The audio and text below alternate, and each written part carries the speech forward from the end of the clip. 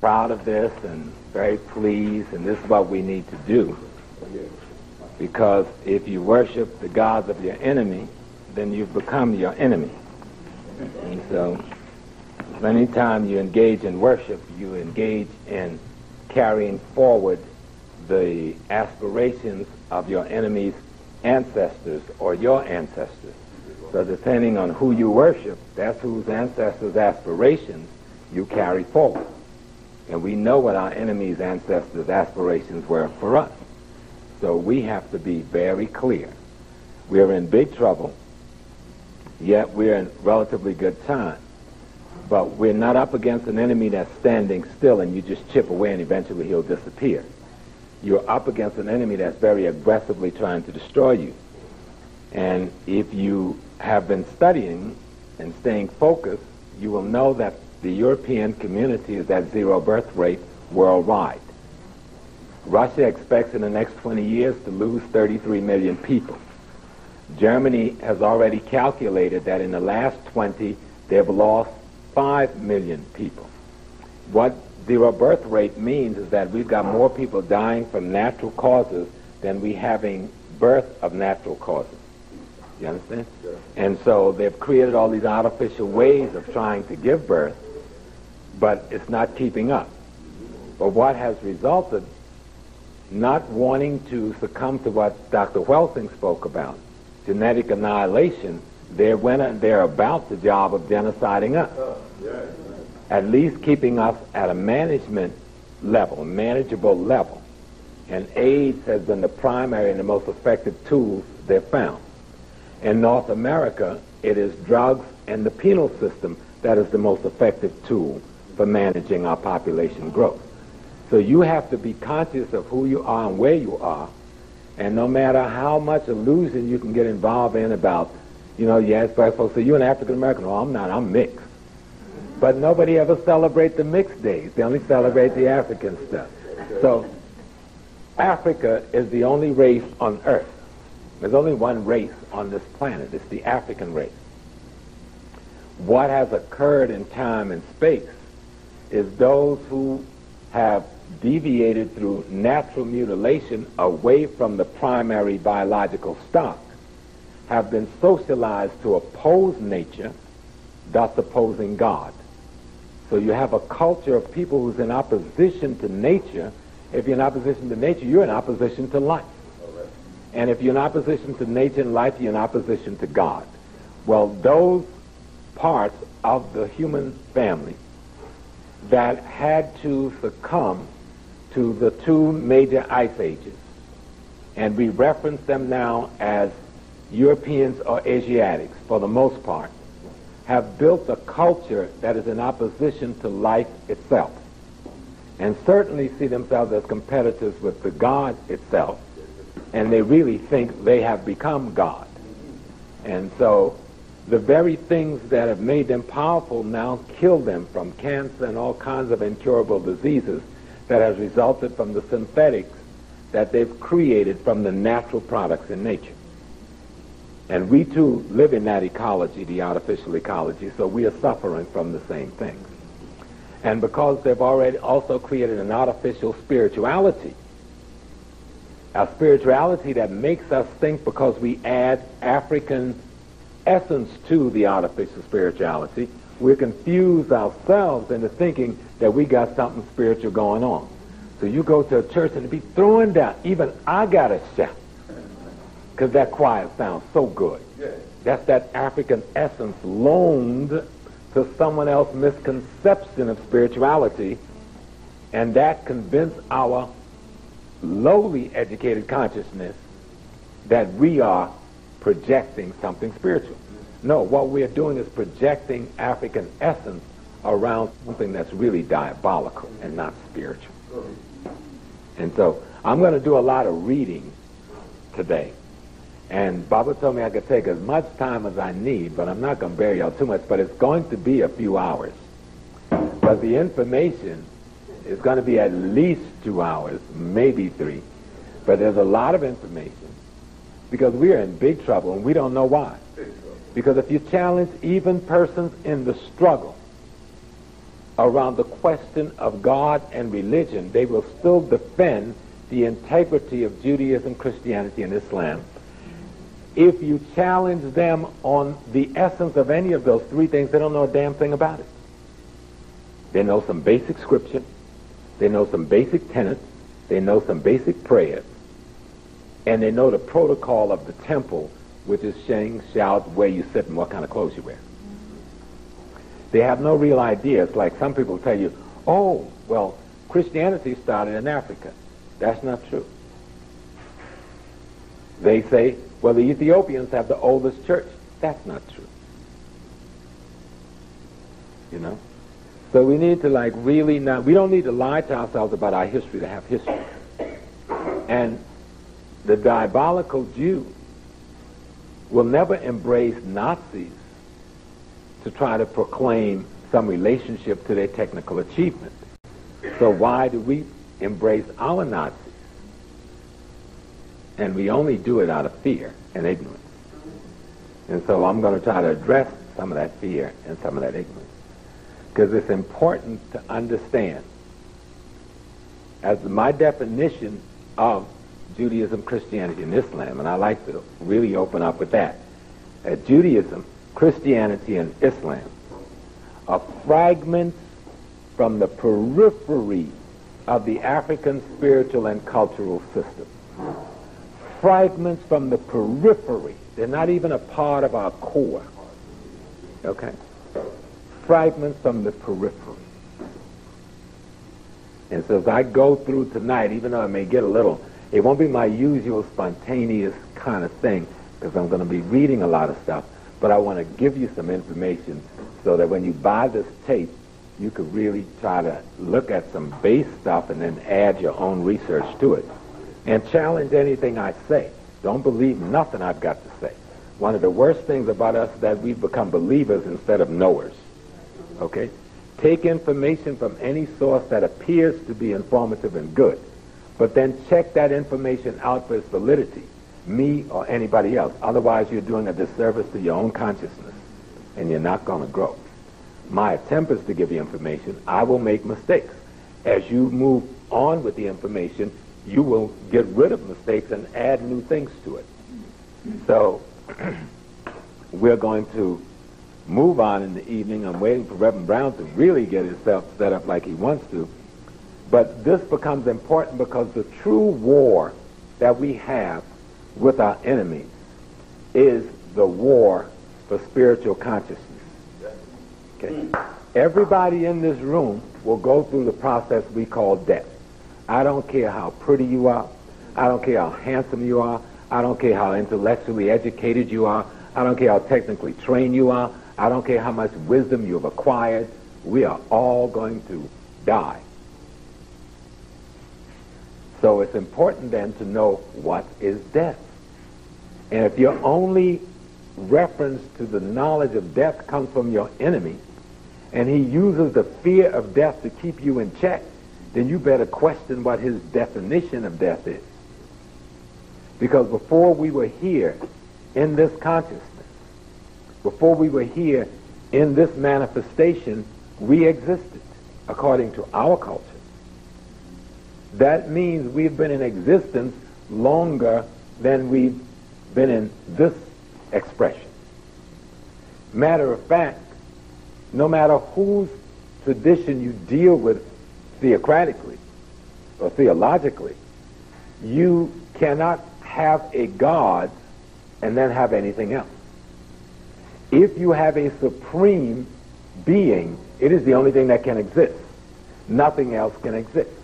If anything else exists, then you have more than one supreme being.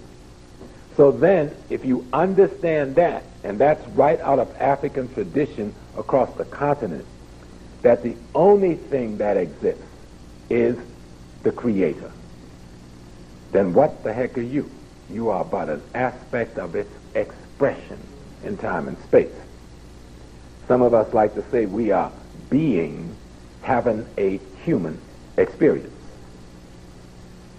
But if you were anything other than an aspect of the being, then you yourself would be a being equal to that being.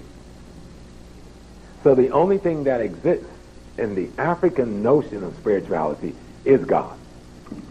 And there is no notion in any African cultural center of a devil. There actually is no notion of right and wrong. There's just the notion of either being ignorant to what is appropriate or being enlightened to what is appropriate. And if you're ignorant to what is appropriate, you will suffer a consequence because of that ignorance. So it's important to become enlightened, and that's what culture was about. Culture was not about entertainment. Culture was about education, about bringing outside of you what was appropriate for you to be in harmony with the rest of the nature that you were a part of. And that's what music was used for, and that's what dance was used for, and that's what drama was used for. Now it's used to artificially entertain and stimulate you so that you will not reflect on reality. If you turn it down just a little bit. So we probably won't even need it if you can hear me in the back. And as I go along, I usually go up. I start off with a soft bass, but it gets up there. So you understand where I'm going. Because either we are Africans or we're not. See, many of us, myself included, for a long period of time, and probably because of ignorance to a great degree, are playing African. We put on the symbols of Africa, but we don't want to take on the essence of Africa. To take on the essence of Africa, then you have to see yourself as God expressing itself in this time and space, and that means your responsibility is for the world. That means you have authority over the world. If you're not ready to take responsibility for the world, you can't have authority over the world. And if you don't take authority over the world, somebody in the world will have authority over you. And that's what our situation is. Somebody has decided to take authority over you. Tells you when they want you to die, tells you when they want you to live. Tells you what degree you can express your living and what degree you can't. It tells you whether you can love your mate, or tells you when you can't. It tells you how to handle your children and tells you how you shouldn't. And we try to comply because we want to hang on to what is called life, yet none of us can determine when we're going to die, and none can determine how much time we've got. Some people will live to be 100 plus. Some won't make it to 2. And you really don't know when that number is. I've had 3 clinical deaths, and I'm still kicking. I often wonder, who is this after all? You know? But nature wasn't ready for my recycling, and so it regurgitated me back up. For whatever process and use I have in nature and time. So I'm going to start with just some little things that I wrote down. Now, Dr. John Henry Clark said, history sometimes tells you where you have been in order to tell you where you are.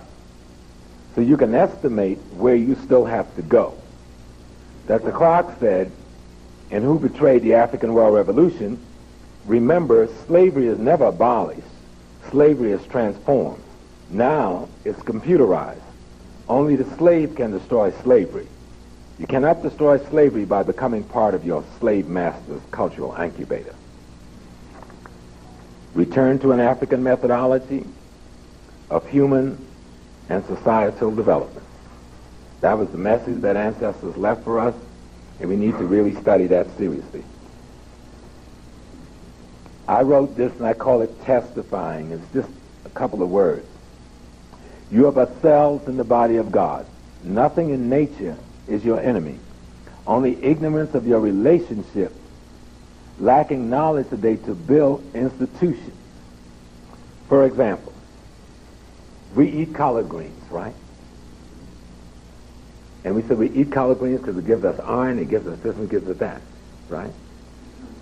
If you have to eat collard greens to replenish yourself, then you and collard greens are the same thing, aren't you? You eat other food to get protein, whatever, and if you can be replenished and reconstructed because your body is dying millions of cells every day and recreating new cells every day from what you ingested from the rest of the ecology, doesn't that tell you right there you are one with all that exists? And if you are one with all that exists, then the struggle should be for ma'at, harmony, balance in the universe. Every system in nature and the solar system is in your mind. Your role, your family, extended family, race or nation. Sparrows must follow the instructions of their ancestors. Instruct and inform by your ancestors. If you do not get instructed and informed by your ancestors, and you take instructions and information from somebody else's ancestors, you're going to be a mutant, like we are. We are psycho-spiritual mutants of white diabolicalism. Because a sparrow, if it took instruction from a robin's ancestor, that sparrow would be a mutant. It would be a cripple, wouldn't it? Even though they're both birds, aren't they? So in order for the sparrow to be the sparrow, it must take its primary instruction from the ancestors and the gene pool and the DNA and the RNA of sparrows. Not robins, even though they're both birds. We Africans must ask ourselves who instructs and informs our consciousness on how to be a being in this world. And I know some of you said, well, Jesus, my Jesus, sweet fantasy of white imagery in my consciousness saved my soul. The only reason we called on Jesus because it was death to call on anything else. Jesus didn't transform the Africans during slavery who heard about it. The Africans transformed Jesus. The degree to which Christianity in America have any credibility is the degree to which the Africans took that sick view of reality and gave it spiritual credibility. But if you don't study and see what we did with it, you will think the white man gave you something credible. And you won't see that you took something that was incredible and made it credible. That's right. You understand what I'm saying? Because this is important to understand. Because our children, even the best of us, in struggle, our children that we give birth to are being influenced, impacted, and directed by the socialization process of the rest of society, and we have to struggle just to keep our offspring focused on just basic survival, let alone really seeing what we've been trying to tell them. Because everything in the culture is designed to murder things African. So if you struggle to bring African into being in your consciousness and you give birth to a child in this society, it doesn't possess what you possess because all of the machinery from the time you went to a hospital and had them put you through the process to give birth in the wrong, unhealthy manner to start with, they went at war against your offspring. And when we send them to the school, thinking we sending them to the best schools, so we're going to send them someplace where that's not in the ghetto, and realizing that we are defaming ourselves by calling our community a ghetto to start with. We live in communities. It may be under attack by our enemies, but we don't live in ghettos. Our enemies want us in ghettos, but what are we choosing for ourselves? How are we defining where we are for ourselves? And because he can convince us that we live in ghettos and our schools can't work, we don't even go to the schools to make them work. We send our children to our enemy who we haven't even transformed and said, now mold this for me, and he murders it and sends it back, and you go into crisis trying to figure out what happened. Y'all understand what I'm saying? Yes. Because that's what we're dealing with here. We're dealing with psycho-spiritual terrorism. And you got to understand that. It's very important that we understand psycho-spiritual terrorism. So that when we begin to look at economic terrorism, we can see why economic terrorism is so effective against us because the psycho-spiritual terrorism have been so successful. We'll be talking, of course, about principles. And principles is a law of nature as formulated and accepted by the mind, an essential truth upon which other truth is based. the acceptance of moral law as a guide to behavior, a rule by which a person chooses to govern his or her conduct, often forming part of a code, the elements or rudiments of any art, science, or discipline. So we must think in terms of principles, concepts, and ideas. Principle, concepts, and ideas. Those are the three areas, categories that we're going to use in terms of engines to construct our personality and our character.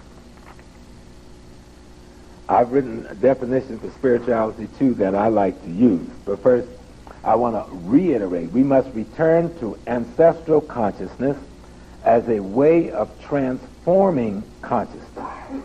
Only by advancing African consciousness will we achieve African liberation. Restore African and our ancestral cultural integrity. This will allow us to resist European ideas, socialization, and begin to reestablish our ways of balance, harmony, and justice, or ma'at. Let me try and explain so you really get it. We know past, present, and future as the three spheres of time. Africa know only one sphere. Okay? The future doesn't exist. It never exists. It is aspiration. It is dreams. It is hope. It inspires and it motivates you to be. But it doesn't really exist. And you can't go to it and borrow anything to build anything with. That's tangible. You can be stimulated and motivated by the aspirations for what is possible. The present is incomplete because it's coming into being. Doesn't exist yet. You're creating in the present. You're bringing into being. There's nothing there completed for you to use to build anything with. Only in the past. Only in the past can you find completed models, blueprints of concepts, ideas, and principles with which to construct your aspirations you call future in your present. And the very instant that you've completed a construction in the present and realize a future, it becomes the past again, to instruct and to inform. And that's why ancestors, which is the past, is essential to be your instructors and your informers. Whether they were enslaved, whether they were a prostitute on the corner, whether they were a junkie standing in a doorway, because that junkie and that prostitute was you that simply got damaged more than the you that's looking at them by the enemy's blows. But within the context of having to struggle against those blows, even they have wisdom that can keep you and your children from ending up in that doorway or on that street corner. So you've got to listen to your ancestors and be instructed and informed by their experiences. Spirituality, in the final analysis, is the resulting condition, habits, principles, concepts, ideas, rituals, practice from being instructed and informed by your ancestors. It is, of course, God the Creator, our creation itself, that are and is our primary ancestor. That our obligation on this experience is to be exactly like what we call God. That is the primary role model for how you want to behave. We know that culture, the training and development of the mind, the refinement of tastes and manners acquired by such training, and again, spirituality is systemic understanding of your relationship to the rest of nature and the universe, and process and methods used to stay in harmony with all that exists. Culture, again, the social and religious structures and intellectual and artistic manifestation, etc., that characterizes society, the rearing, the cultivating, in a preparated way to prepare at least the minimum the next generation. To cultivate, to prepare, to raise, to improve, to refine, to cause to develop. And what do you want to cause to develop? The psychological being, the physiological being, the sociological being, and the spiritual being. And so we need to make sure that in doing this, we don't get carried away like some of us get out there on the spiritual skids and we out in outer space someplace and we have no connection to reality. You must stay focused on food, clothing, shelter, safety, and security. That the energy you're expanding because in order to breathe and live for the next few days or weeks, you must have food, clothing, shelter, safety, and security. Don't just get out and say, I'm on a spiritual trip, and we out there not being responsible to the most fundamental reality. In order to provide food, clothing, shelter, safety, and security, you must then be clear that you must control land, you must control political institutions, you must control educational institutions, you must control health care services in your community, you must control police and security in your community. You can't do any of this unless you clear on three areas: economic, politics, and culture. You cannot separate them from spirituality. You cannot separate them from nation building. Economic, politics, and culture. Economic is control of your ecology and what it produces and what you can extract from it. In the continent of Africa, we have diamond, gold, oil, cobalt, tungsten, you name it. But in Philadelphia, what you have primarily in your ecology is your tax revenue and your youth.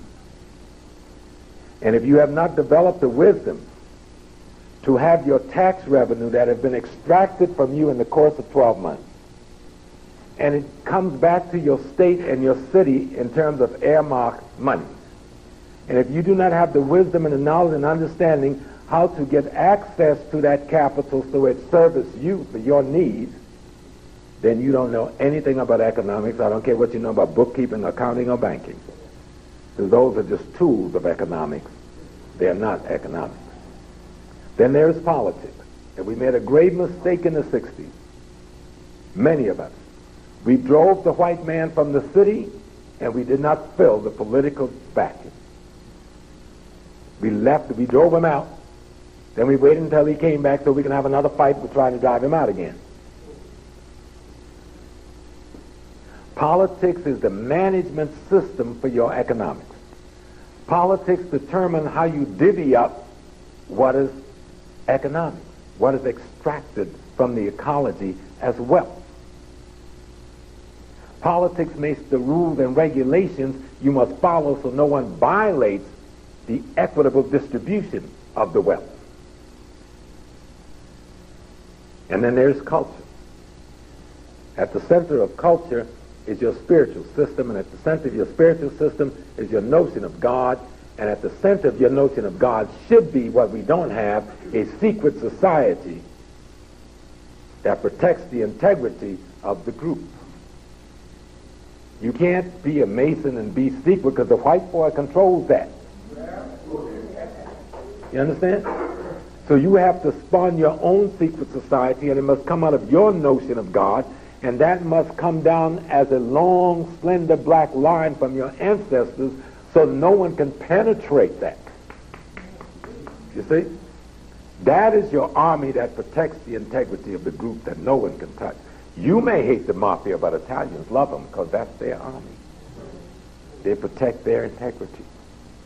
Culture instructs and informs your politics in whose interest the economics must serve. You understand? Economic, politics, and culture. For the purpose of providing food, clothing, shelter, safety, and security for you, your extended family, and your greater nation. Grasping the notion of spiritual consciousness, returning to instructions and information from your ancestors. And the way you do that is through reading books, through traveling, through listening to the oral tradition, through listening to our music, through studying, through learning how to dance, to learning how to meditate and accessing what's already in your own consciousness. Those are the ways you commune with ancestors. To come together as you do in this temple and share your energy and share your different experiences and allow the experience of your different ancestors to manifest in the sphere with information that's useful to others. That's how you learn to commune with your ancestors. Don't get confused that you can burn a couple of candles, and if you burn a yellow one and a white one and a blue one, and you got the right incense, something gonna float down on the sky. Ogun gonna come down wearing some sword and stuff. Ogun is an aspect of your consciousness when realized. There ain't nothing out there. It is also in the greater ecology, yes, and in the greater cosmos, but you can't even realize it out there until you realize it in here. I'm going to deal near the end with traditional religion, but just to give you a sense of what we are talking about when we get there, because I'm initiated to the Yoruba tradition, and I'm initiated to the shrine of Oya.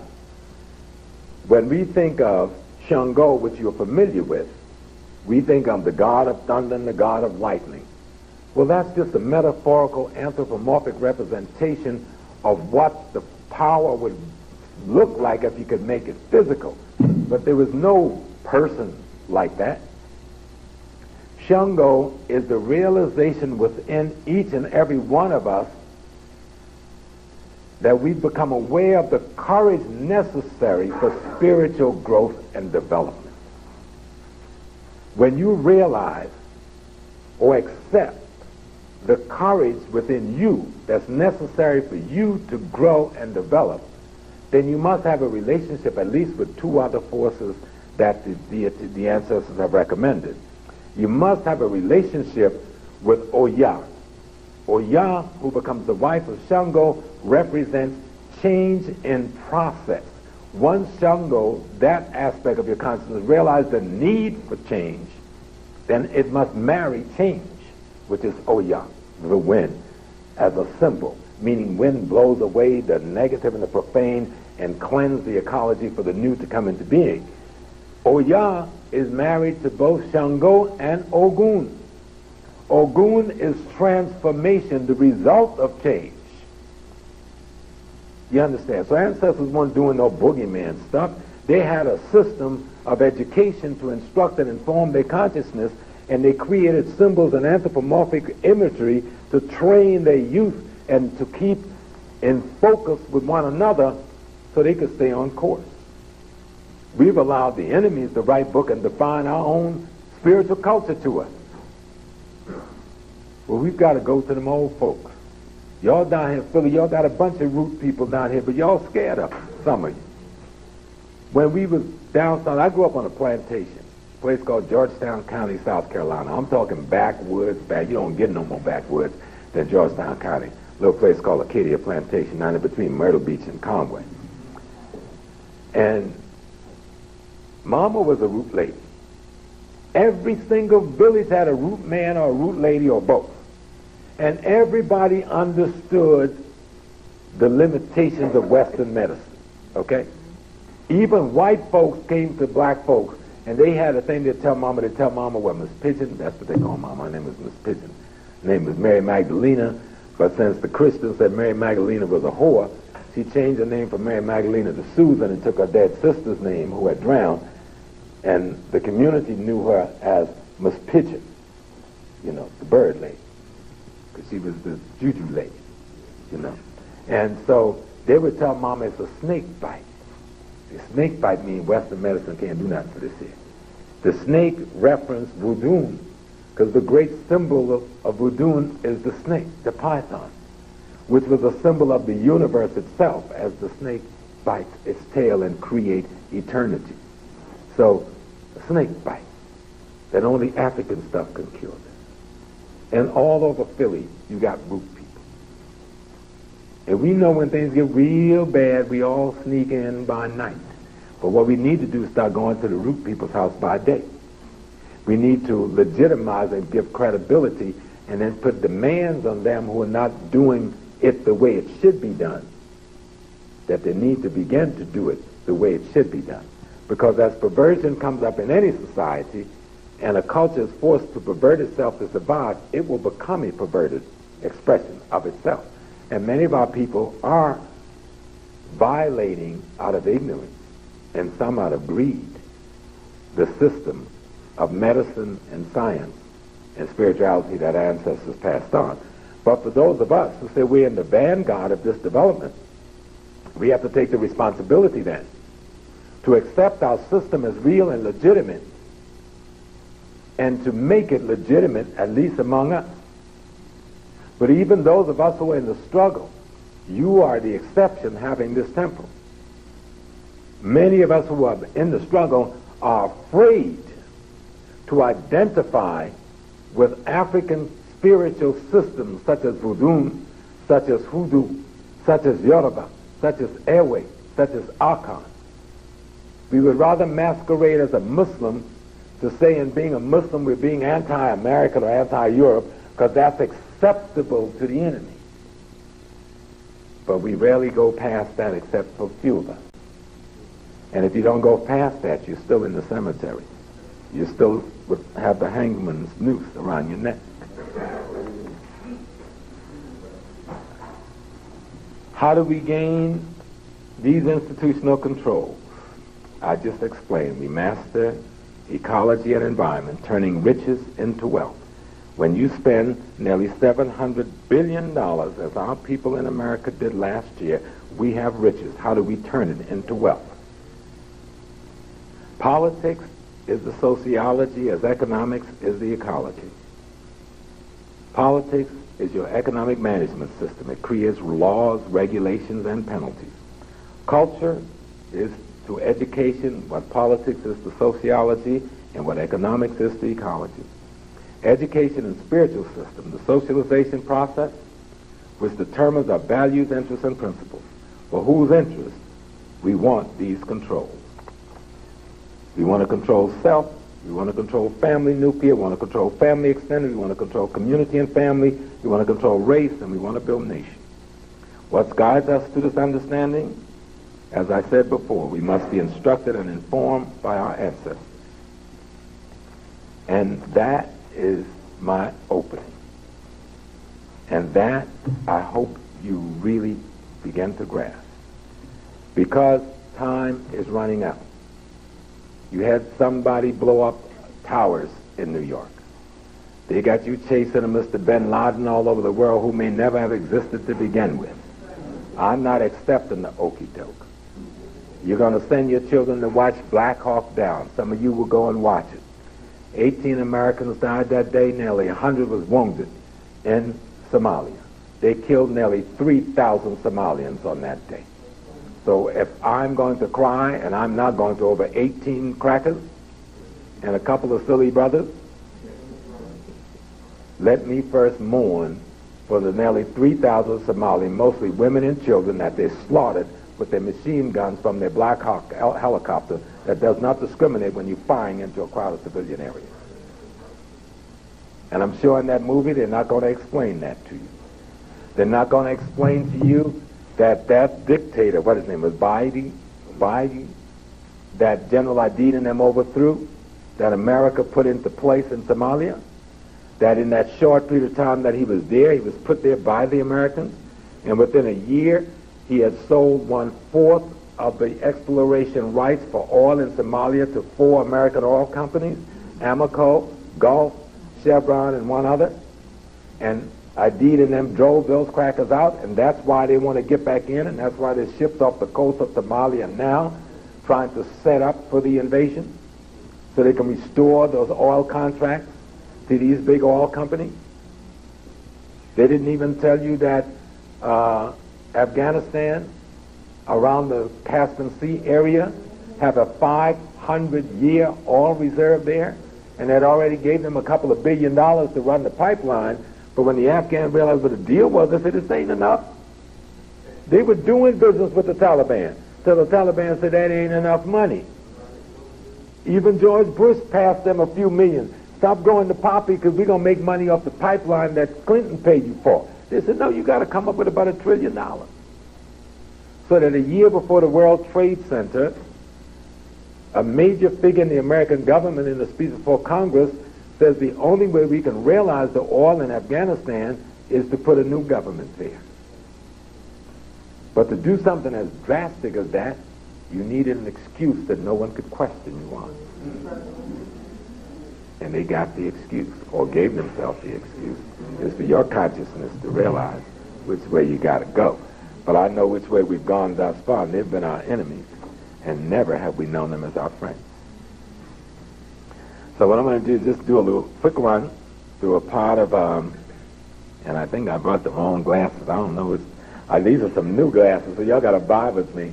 I just got these last week because I lost the lens out of the other ones, so I haven't really ranged them yet where I could really see good.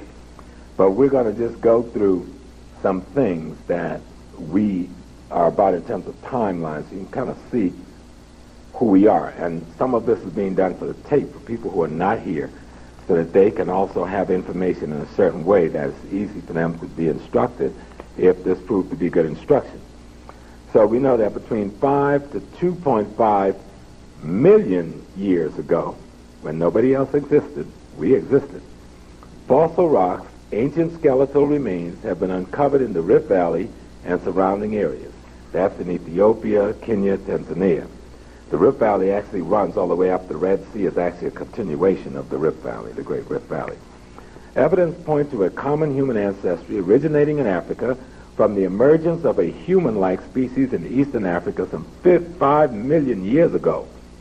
From Hadar, Ethiopia, the 3.18 million year-old remains of Lucy were unearthed in 1974. 3.18 million years. They're calling the 17th and 16th century ancient history. For them, we can't even get back to our ancient.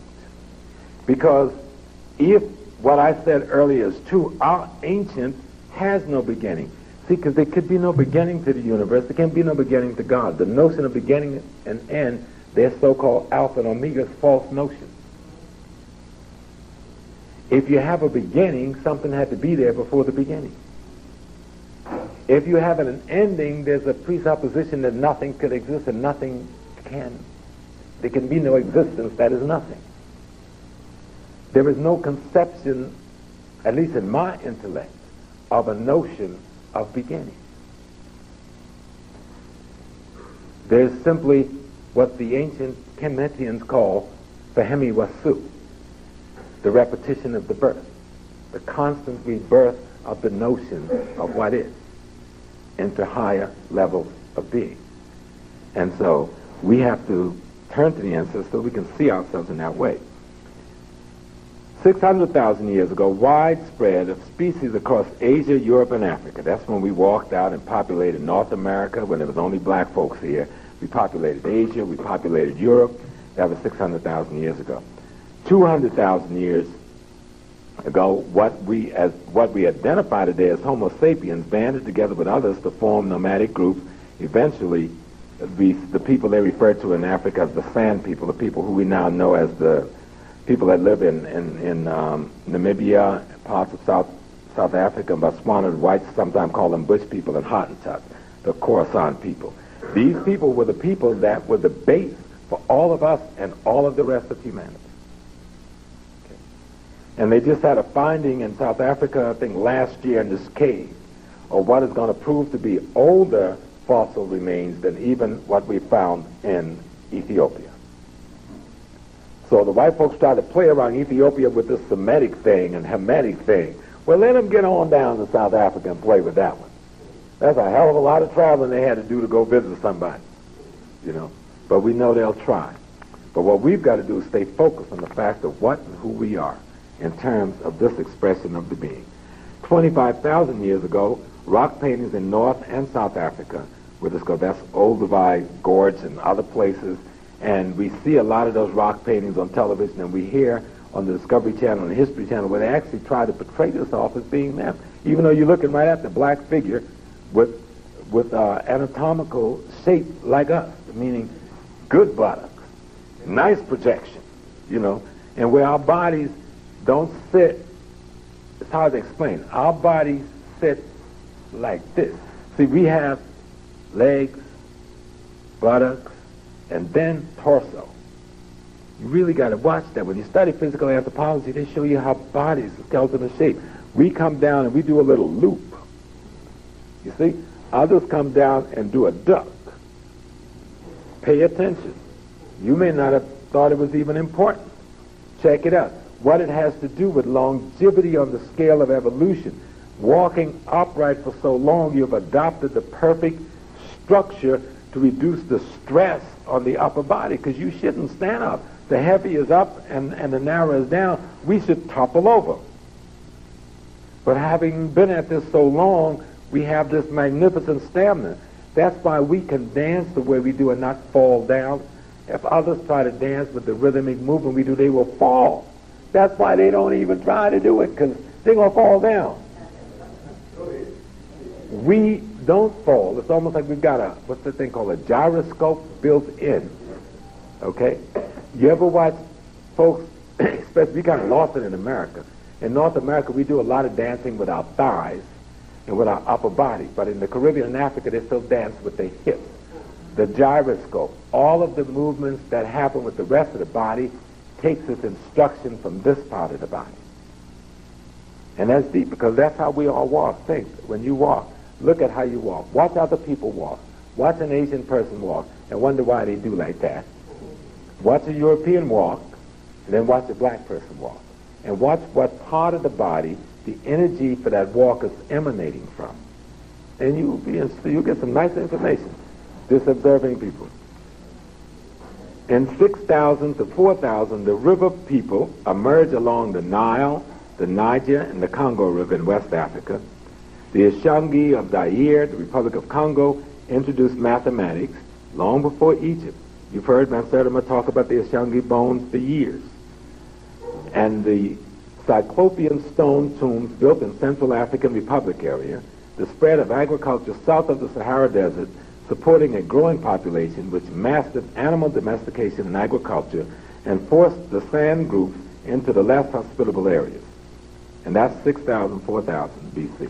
By 4,500 B.C., ancient Egyptians began using burial texts to accompany the dead. First known written documents. Now this is deep. Now we know by 4,500 B.C. they're doing this. That meant they had to be at least 4,000 or 5,000 years getting to that. Because you don't just wake up one day and say, okay, I'm going to write. We know we invented writing, and they know it. If you read Plato, they always give us in college the Republic, which is supposed to be Plato's work as edited by Aristotle. But there is a piece that they attribute to Plato, and it's called the Phaedrus. And if you read in the Phaedrus by Plato, in Phaedrus, he says that the Africans gave the world. He's calling us Ethiopians, which is a Greek word for burnt things. He said the Africans give the world, and he names truth, and he says mathematics, and he says he names a number of the other things, all of the sciences, geometry, etc. He says, but the greatest science of all that they've given to the world is the science of writing itself. Now they've got this in their archive from their main man, and they're still running around running some Hammurabi stuff down, running some Greek stuff now. You understand? And this is their main man telling them this. And if you read all of their literature, from Thales, which is mostly all tradition that was later written down by others, to Aristotle, they all proclaim the Egyptian to be black, sable. All of them do. And if you go to Egypt today, after you walk past the serfs and the tunics who was brought in there by the Turks as slaves, who you now call Arabs, and you walk past the Turks and the other Eurasians, and you get down to Aswan, you begin to see the only Egyptian that's truly there, the black folks. And they are under the feet of this ruling elite of Eurasians who use Islam as a pretext to conquer Egypt. When I get to Islam, for those of you who had a little Muslim background, you know what I'm talking about. And to correct what Brother Brown said, I was never in the Nation of Islam. I was only a member of the Muslim Mosque Incorporated that Malcolm founded after leaving the nation. And after his assassination, I became imam over that mosque. And I got a chance to go over to the east relative to where you're standing in the west. You understand? Because if you're in China, east is America, you know. So, so I went over to relative east, to Mecca, and had quite an experience with those invaders' children. And they are the invaders' children. And even their own literature, their prophet says, I come not to bring a new religion. I come to restore that which was here in the beginning. That means he comes to restore the integrity of African culture. So why are we then dealing with somebody else's culture? Otherwise, are they saying their prophet lied? You know? And even if he had said something different, I would then be accusing him of lying. But since he did say something appropriate, I find it acceptable. I could use that. We could work with that. You know? By the time we reach 4,000 to 1,000, ancient African civilizations of the Nile valleys are well established and flourishing. And it's important that we begin to understand timelines. Timelines are very important because Europeans can play a real deep trick on you. Most of what he's done has occurred in the 17th and primarily in the 1800s to today. But he'll make you think it happened way back. And most of what he's done is to innovate on stuff that he learned from your scientific text and literature. Okay? Until nearly the 1700s, the only textbook on medicine and surgery in Europe was written in Arabic. But don't get confused, because Arabic is our language. There is no Arabic race. The word Arab connotes people who live in the sand, in the desert. It's not a connotation to race. It's a connotation to ecological location. They have turned it into a connotation to race. But the only place you can find a reference or roots to the Arabic language is to look at Medu-Neter, right? That's hieroglyph, right? The drawing language, the picture language. That language was put together by the African elite for the illiterate African masses so that they could comprehend the same thing that the elite could comprehend without having formal education. By using symbols from the ecology to express concepts, ideas, and principles, you didn't have to go to college to know what the elite was talking about. This language out of which Hebrew flow is the technical language and the scientific language of Medu-Neter, which is referred to as the hieratic script. Okay. And then there is this one, the Demotic script, which is Arabic. Alif, Bat, Ta, Ta, Jim, Ha, Ka, Dal, Dal, Raz, Za, Sin, Shin, Sa, Dot. All of them are contained, plus many more symbols than they use, in the language that they call the Demotic script, which is really the Muratic script of Sudan, which precedes this script. You understand what I'm saying? If we don't grab and get an understanding of how they've been playing with us and playing us, our ancestors and our scholars have given us the information. We got to do our own research. I'm like skidding over the top of the water, at least letting you know there's some water here. But you got to jump in there and go swimming. You understand? You got to get yourself a diving course and get your scuba diving gear and get on in the pond and get busy comprehending the area that most affects you and that you have the skills to do the most with to transfer ideas to others. This language, you will not find this anywhere else in the world before you find this cursive form of writing in the Sudan. It is the Sudan that the ancients used to call Ethiopia. We've confused the mulatto Arab class that have dominated Ethiopia in the last century as the prototypical Ethiopian. No, the prototypical Ethiopian looked more like, all of us in here too like, to be the prototypical Ethiopian. This brother with the blue shirt right there, you come close. When Mengistu got into power, they made you think they moved on him because he was Marxist. They moved on him because he was the first true Ethiopian to head Ethiopia in centuries. And we don't really be confused now about Ethiopia giving us Christianity, because I'm going to get to that in a minute. It was the white folks that gave Ethiopia Christianity. See, the Byzantines put Christianity there, and they headed the Ethiopia church until very recent times. And after Byzantium fell to the Turks, then the Ethiopians got their prelate or church leaders from the Coptic white-skinned church of Egypt. It wasn't until Haile Selassie, Menelik tried in Haile Selassie, that they began to have their leadership come from Ethiopia itself. But the church that we call the Ethiopian Orthodox Church is really a blackanization of the Byzantine church that resists joining the Catholic Church.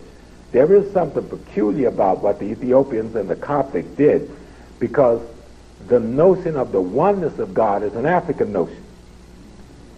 It was I need to read that so I can get the details, but I'll give you an overview real quick. See, it was the Catholic Church and the formation of the Roman Empire that brought in this Jesus, the Son of God routine. Prior to that, for the first 325 years, all the people who lived during the period and knew a brother who was out here struggling for liberation of his people never saw him as a son of God in that context. When they said son or daughter of God, they were talking about all of us, any of us. And what they were talking about was not so much a biological manifestation, but as a spiritual character quality manifestation, behavioral manifestation. But it was the Catholic Church, which is really the Roman Church. You know, the word Catholic means universal, and church means community. And so this was the universal community that was forced to accept a certain belief, backed by the Roman army to enforce those beliefs on other people. Okay. But a group of Africans did break and say, no, we ain't down with that. Well, that group of Africans formed what we know today as the Coptic Church. See, because we can get confused. The Coptic Church of Egypt, which is now dominated by Eurasians, in the north at least, is closer to the original proposition that we had as a religious presentation than the Ethiopian church, which is the Byzantine church, who accepted the proposition of the Son of God, but refused the leadership of the Roman prelate in Rome, saying, yo, no, you over the state, you ain't going to be over our church. You understand? So the folks in Turkey, what is now Turkey, in that area, said, no, we down with God, but we ain't down with you ruling us.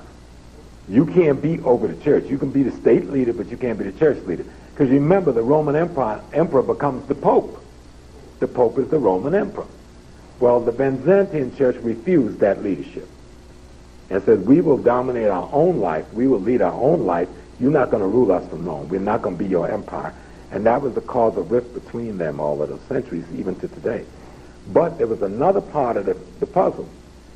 The people we call them the Coptics were the black folks who was under Roman domination militarily, who Constantine had brought up to Nicaea to say, I want this thing put together like this so that I can socialize this population which is resisting my conquest. And there were some black folks who said, okay, we'll go along, look at you trying to do something decent, because you did help us get rid of the Persians and the Greeks. And then when they saw the play, they said no. And the brother who led it was Arius. Today they passed Arius in their history as a white boy. There's nothing in the history of this tradition that shows Arius as white. Even though they later assassinate him in Egypt, he doesn't get assassinated before forming the organization that we know today as the Coptic Church. The strongest presentation of this church was in Sudan, near Khartoum. But much of the Christian, African-based Christianity that was not a part of or a child of Roman Catholicism that was based in Sudan was destroyed by the Muslim occupation of Sudan, even though remnants of it still exist. Ethiopia, we know today, or the old Aksum Empire, which is now Ethiopia, took up some of the character of both the Egyptian church, Coptic, and the Sudan Coptic church, which makes it closer to what it should be than the Byzantine church was, or anything near the Catholic church, or the Christian church. All of the Christian church you know are children of the Catholic church, except for the Coptic Church, the Ethiopian Church, and the former Sudanic Church. You understand what I'm saying? It's important to know because the theology that then emanates from these people that have practiced such genocide, that they then make a swing and tell you it comes from you, and then you try to legitimize your being a part of this thing by saying, well, it all started in Africa anyway. No, it didn't all start in Africa. Labels, don't let labels fool you. This thing gets deeper because they didn't even call themselves Christian in Africa until recent times. They didn't call themselves no Christians. They didn't speak Greek. That wasn't their language. You know? So, think in terms of studying timeline. Look, you create your own timeline based on your body of information. And it'll help you to study. It'll also help you to instruct, especially your children. Because I made the mistake, and I know many of you made the mistake. We out here so busy in the world teaching, we forget those offsprings need our teaching to them. We got to set up something special. I'm still wrestling with mine, even though they're in their 30s. That's why I'm not letting y'all go to y'all blacker now. So some of them have been out there and they had their little excursions, but they're all back into the fold. It's a struggle. They're mine eternally. There'll never be a moment in time when they're not going to be my children, and I'm not going to be their father. And so I'm taking that responsibility because it's mine. I'm not asking nobody for that. That's mine. And I don't want nobody messing with my job, because that's my job. I even tell them, don't mess with my job. I won't mess with your job of being a child of mine. Don't mess with my job of being a parent of yours. And we can get along fine. And they're beginning to get it. When they find out I'm not going away, even when they move out of state, I go visit them once or twice a month until they get the point, and then I'll cut back and give them a little more space. But the point is, it's on us and it's up to us. So I want to bring that piece on the timeline into being, and then I want to do a little piece on Kemet, just some stuff on Kemet, and then we're going to go into these religions, and we'll be ready for the religions by then. Y'all should be warmed up a little bit now, to at least where I'm trying to come from. You know, Theophile Banger, he's out at San Francisco State now, head of the Black Studies there, but he worked with Sheikh Anta Diop, and for a while he was seeing Philly at Temple for quite some time. And he told us that there are 5 realities or dimensions of Ma'at. One, the first dimension is religion, and the first reality is the religions are sacred. The second dimension is cosmic, and the reality is the cosmos.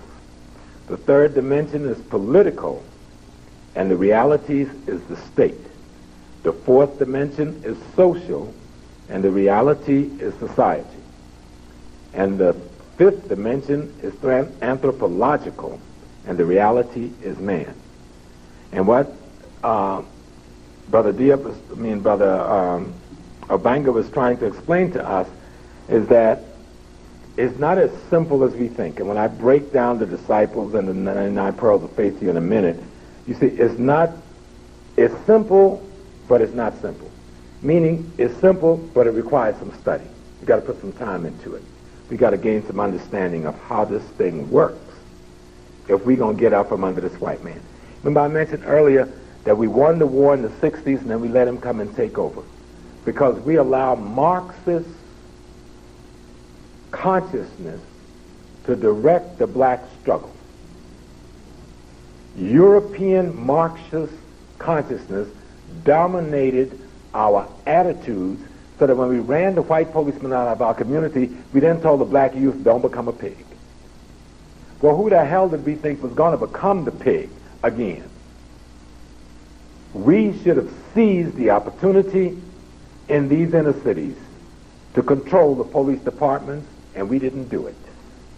And in a short time, they began to bring their youth back into our community, better trained, better organized, better fortified to be the policemen in our communities again. We should have seized the EMS positions, but we didn't do it. We should have seized the fire department positions, and we didn't do it. We should have begun to groom the people to take the city council seats, and we didn't do it. We seem to operate under this need for protest continually. Let's have the enemy in power so I can protest getting him out of power, instead of me being the power and then transforming myself beyond an enemy. We didn't go there, and we've lost a great victory that we won. But we need to start trying again. We need not, those who are activists need not abandon the political process, because you don't have another process. And unless you're going to get another process, seize on this process. I'm not saying become pimps to the community. I'm saying become responsible political representatives. But that's not just on the individual you send. That's also on the senders to hold that which you send accountable for the mission you sent them on.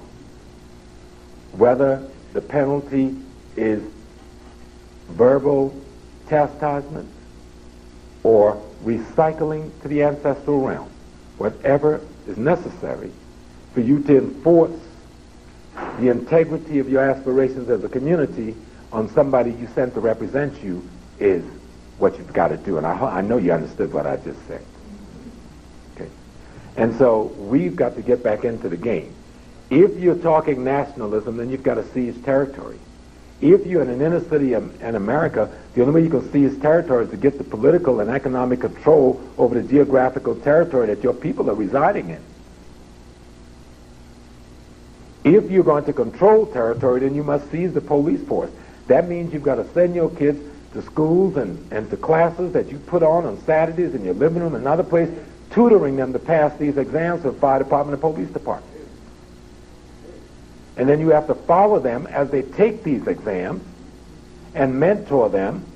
So if somebody, because we see too many black youth in Philly, as we see in New York, pass the written exam, pass the physical exam, and then some crackers sit up there and do an interview and say you don't pass the psychological. Well, if they pull that, then we've taken them to their maximum of their own courts. But since we've never really challenged them, they keep pulling it. You see some totally biologically inferior people strolling around your community as cops, psychologically off balance, and you see your beautiful youth walking around without a job in his own community because this thing said he's psychologically unfit to police his own people, while he imports a perverted, sick, racist, underdeveloped consciousness to come and be a brute to hold you in check for trying to be a citizen of the very nation he says he wants to protect. So, you understand the instructions. We got to become the policeman. We got to become the fireman. We got to become the EMS personnel. We've got to become the nurse. If you don't have the money to go to medical school, then become the lab tech. Become the nursing aide. Become the medical assistant. Get in that hospital. If you can't get there, get your children in there, so you can give service and protect the sick that goes in there. The majority of the people in the hospital is not doctors, not nurses, it's the other workers. So if you become that majority in the hospital in your area, you keep doctors and nurses in check in your community. And you can protect the health care of your people. But you got to be deliberate. You got to know what revolution is about. Revolution ain't about raising a gun, an empty hand, pretending you got a gun in it. I did it in the 60s. I was stupid too. Revolution has come.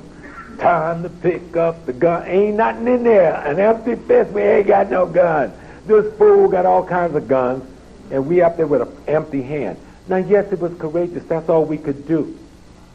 And even that challenged his authority over us. But we got to go beyond that today. Those young men and women were brave. They went up against all of that power with nothing but mind and soul and courage. That's not enough today. They're not afraid of us no more. We're not a mystery no more. So we've got to seize real power. Seize real power. There can't be a community school board or a PTA in a school where your children go that you're not on. There can't be a police board or community board that you're not on. You sit back and you leave it for the so-called petty bourgeois elites and then complain that the petty bourgeois elites ain't doing a damn thing for you. What did you do for you? Take the responsibility to lead. Food, clothing, shelter, safety, and security, economic, politics, and culture must be matched by the willingness to serve and to remember. You know, the word religion, the Greek word which we have in English, religion, means to bind back. Re means to do again, and ligio means to bind. So do again is back, and religio is bind. So when you're using religion, you're trying to bind back to something. What I'm telling you is what we're trying to bind back is to the integrity of our ancestors' intent. Okay?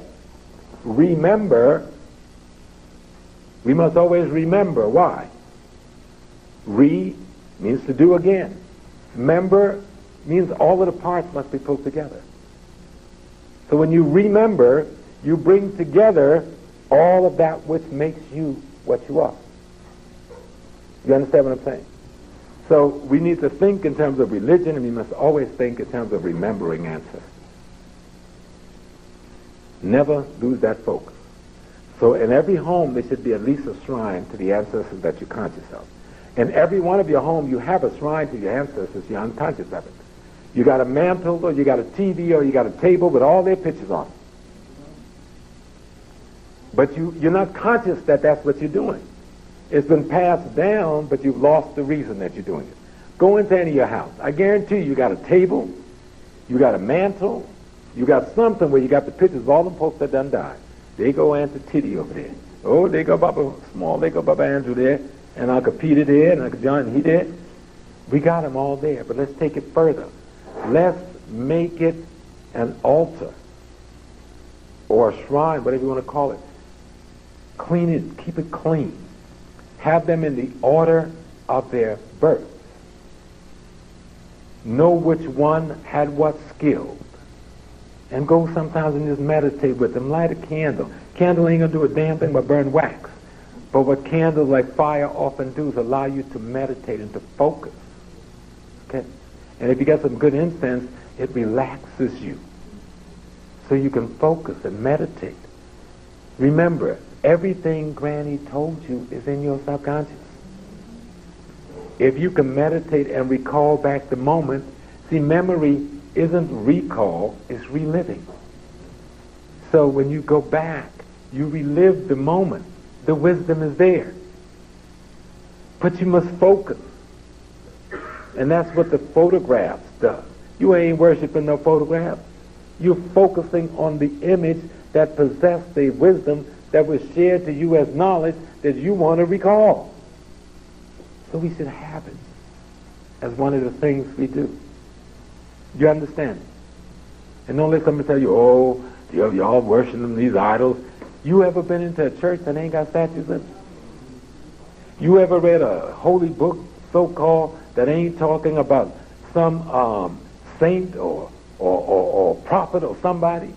They Abraham you to death and Moses you to death, and you want to call up Malcolm, Dr. King, or Fannie Lou, and they say, oh, something wrong with that. Well, if Moses represents the one group what it represents, why can't Fannie Lou represent to me what I want her to represent? She's my goddess.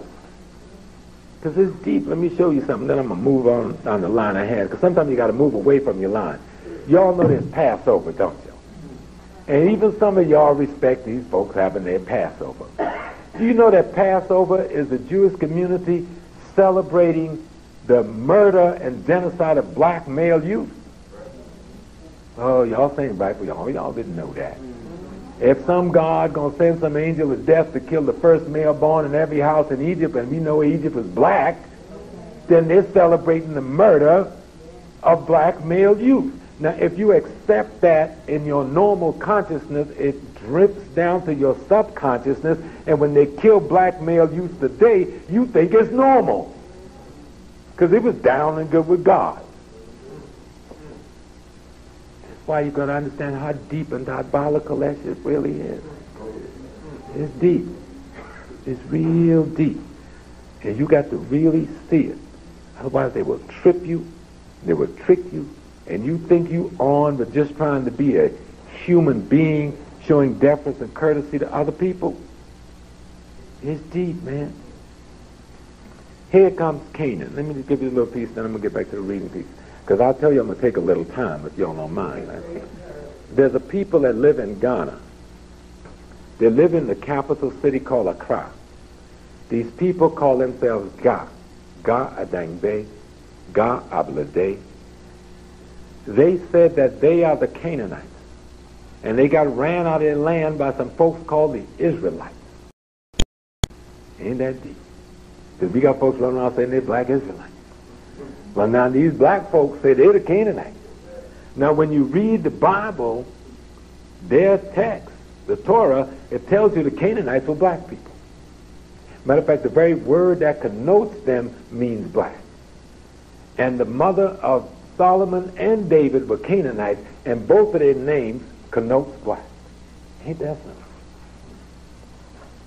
And here are these black folks that say that they sojourn out of there when this invasion comes. So then you must then raise a fundamental question then, who was the Hebrew Israelites? And are they who we think we are? Or just as blacks became black Muslims because it seemed like a way out of white Christianity, blacks became black Hebrew because it seemed like a way out of white Christianity. We got to raise it, and we got to be serious and not be afraid. Because we don't have to create history, because we got real stories. Okay? These people, these Canaanites, if you go to Ghana in early August, from late June or early July to the end of August, no drums are played in their area. No noise is made, because they're dealing with ancestors. That's a long period of time. At the end of that period, it's called Homowa, the new year or the renewal. And you know what they do for Homowa? Oh, they make a nice food called pak poi, which cleans you out. Because it's a new year. You got to clean up to move on. They go to this pit in Ghana and they take this red clay and mark their doorways so that the angel of death will not stop at their house. Does that remind you of anything? Look like somebody stole our stuff and called it their stuff, don't it? And when Homowa is finished, it's a beautiful ceremony and experience, and when you commune with the people and you sit down and you hear the history told, and note that most of us over here are Ga people, or Ewe people, or Akan people, or Yoruba people, or Bakongo people. That's not their story, it's our story that they're telling. That's our. So when you start hearing those stories, you have to ask some questions. What's going on, like Marvin said? What's really going on? And we're going to begin to see that these people came back with their sick selves from the mountains. I don't need to go into some of this because I've already gone over it. And we know that in ancient Kemet, long before anyone wrote a Bible, Torah, or Quran, in a book that we can now access called the Pyramid Text, you can find the creation story almost to the letter of the story that's in the Torah or Old Testament. Okay. In the Pyramid Text, we talk about the great primordial waters of Nun, and that there was darkness. In the Torah, they talk about, and darkness was on the face of the waters. They talk about, and God, and we talk about Amun, or the hidden one, that out of which Ra light will come, as a manifestation. But first will rise out of the water as the primordial hill we call Ptah. Matter out of liquid energy, or matter out of liquid matter. What do they call that? It's quantum physics today. They'll make reference to that. But we expressed that in the Pyramid Text many, many thousands of years ago, that solid matter came into being out of liquid matter.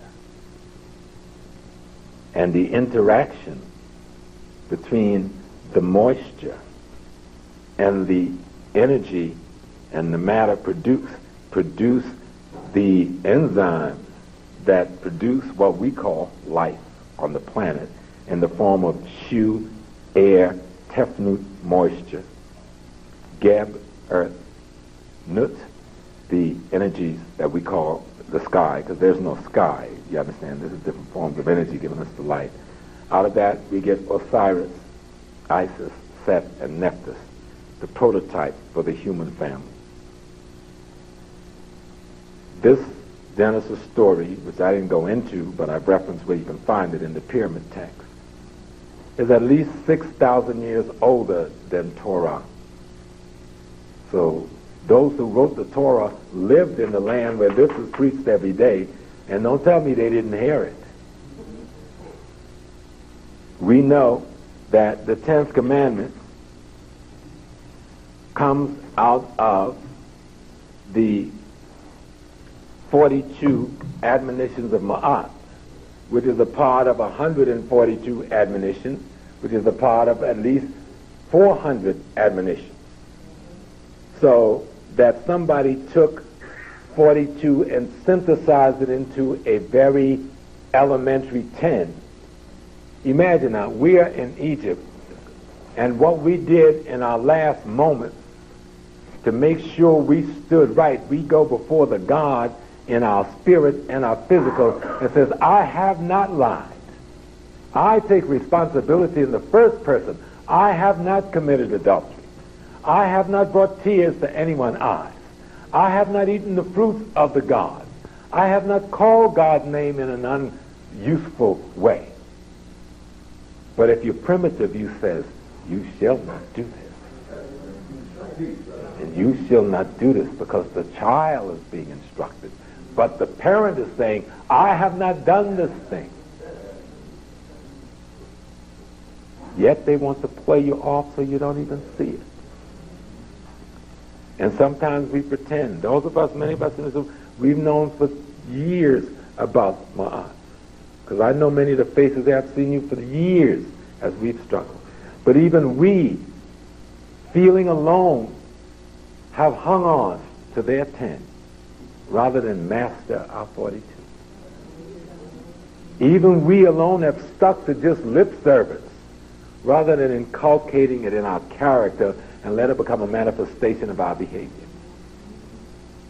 You understand? So it is important that we realize, I see the young people in the back. I'm 56, 57 soon. I'm going to be checking out of here soon. Most of us who are in our 50s, we ain't going to be here 50 years from now. Maybe one of us, maybe. We will be with the ancestors.